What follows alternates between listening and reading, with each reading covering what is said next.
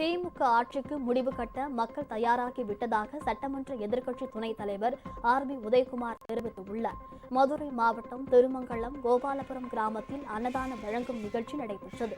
இதில் ஆர்.பி. உதயகுமார் கலந்து கொண்டு பொதுமக்களுக்கு உணவு வழங்கினார். பின்னர் விழாவில் பேசிய அவர், தமிழக வரலாற்றில் பார்க்காத அவல ஆட்சியை தற்போது மக்கள் பார்த்துக் கொண்டிருப்பதாக விமர்சித்துள்ளார். ஆட்சிக்கு முடிவு கட்டுவதற்கு மக்கள் தயாராகிவிட்டார்கள்.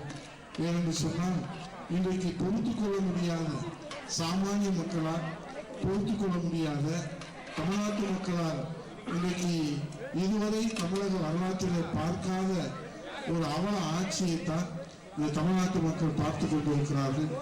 அவர்கள் சகித்துக் கொண்டிருக்கிறார்கள் என்பதை சொல்வதை காட்டிலும் கடும் கோபத்தில் இருக்கிறார்கள். எப்போது தீர்ப்பு வழங்குவதற்கு வாய்ப்பு வந்தாலும் கடுமையான தீர்ப்பை இந்த திமுக ஸ்டாலின் அரசுக்கு தகுந்த பாடம் புகட்டுவார்கள்.